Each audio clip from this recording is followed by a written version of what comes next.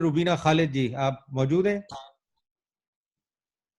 जी बिल्कुल मौजूद हूँ। जी जी जी जी, प्लीज गो अहेड। पहले तो आपका बहुत बहुत शुक्रिया कि आपने at last there is an opportunity to hear each other if we cannot see each other like इस तरह से हम सुख दे सकते हैं, लेकिन We can see जो each other आपस में मिलने में या of course you can see each other now. तो काफी सारी बातें हैं जो मेरे कोलीग्स कर चुके हैं, मैं उनको नहीं रिपीट करूंगी। लेकिन परवेज साहब, रशीद साहब की बात थी कि पार्लियामेंट के डिसफंक्शनल होने की, I totally agree with him. इस वक्त जाहिर बात है हम अवाम के नुमाइंदे हैं और हमारी कहीं भी कोई प्रेजेंस नहीं है। पिछले 2 महीने से मैं समझती हूँ कि हमने बिल्कुल ही लोगों को मायूस किया है।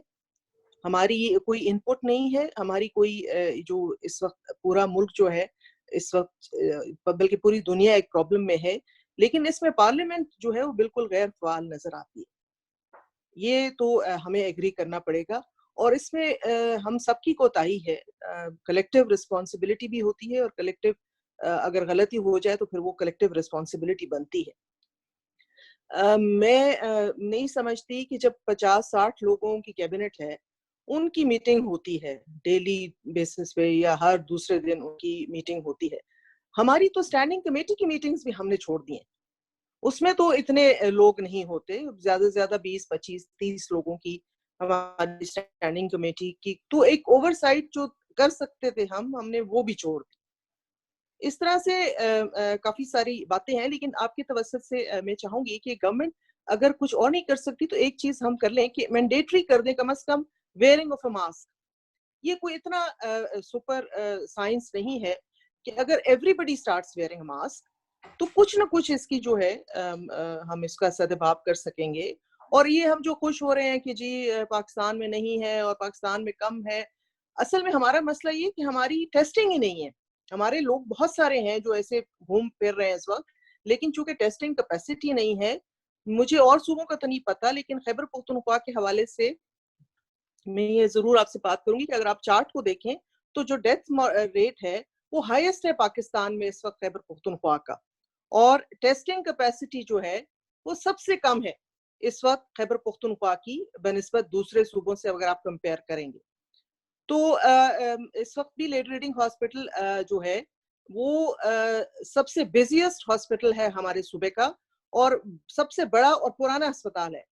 इस वक्त मैं आपकी नोटिस में लाना चाहती हूँ कि वहाँ कम से कम तकरीबन कोई ओवर 15-16 डॉक्टर्स जो हैं दे आर इन्फेक्टेड।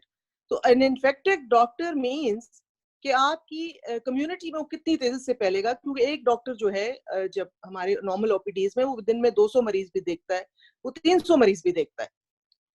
तो सबसे बड़ी बात जो है डिप्टी चेयरमैन साहब आपके तवज्जुह से, ये हमें पीपीईज ऑन टॉप प्रायोरिटी इस वक्त देनी चाहिए डॉक्टर्स का अक्रॉस द बोर्ड। हमने ये तमाशा बनाया हुआ है और सूबों का मुझे नहीं मालूम, I don't have the statistics, लेकिन खैबर पख्तूनख्वा में सिर्फ उन डॉक्टर्स को किट्स दी जा रही हैं जो कि कोविड पेशेंट्स को देखते हैं।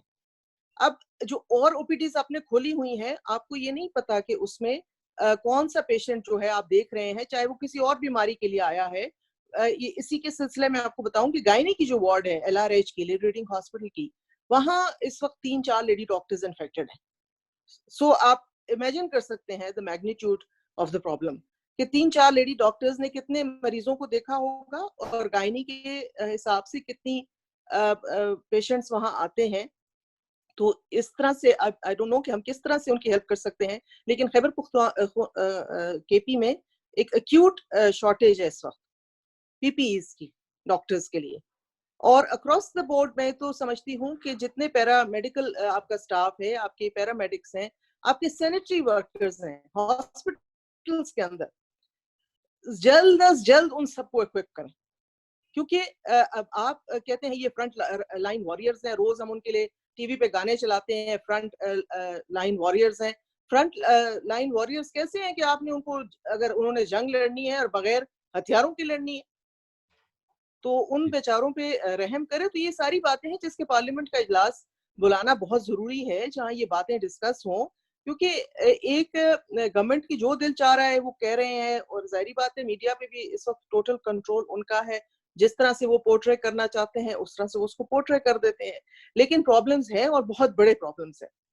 Thank you. और मैं समझती हूँ कि हमारी ड्यूटी बनती है कि किसी न किसी तरीके से हम मिलें और अपनी विजिबिलिटी, और लोगों को पता होना चाहिए कि वी केयर फॉर देम। ये तो कोई बात नहीं है कि हम अपनी जान बचा लें, बाकी पूरी जो और दो चीजें मैं कहना चाहूंगी, एक अगर अगर आपकी इजाजत हो। एक तो ये बात है कि आपने दो टर्म्स जो है नई इंट्रोड्यूस करा दी, एक स्मार्ट लॉकडाउन जो कि पूरी दुनिया में नहीं है, या लॉकडाउन होता है या नहीं होता है।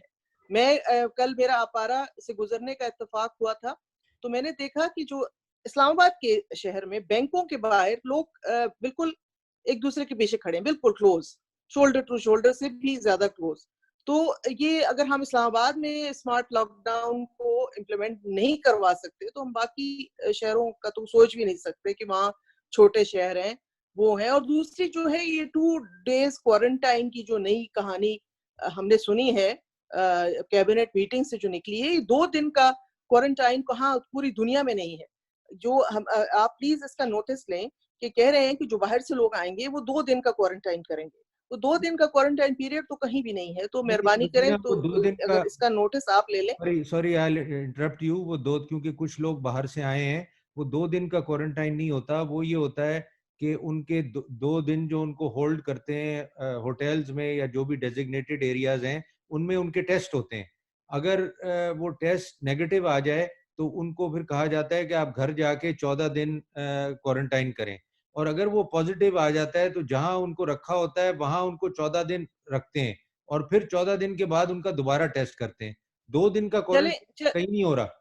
चले दैट्स गुड, अब आपने एक्सप्लेन किया, but it should be explain that way. लेकिन जी, अगर ये पाक अफगान बॉर्डर के लिए भी यही सिलसिला होगा तो वहाँ आई डोंट थिंक सो कि लोग जो हैं बेचारे जो वहां से आते हैं वो जाके घरों में आइसोलेशन में रहेंगे।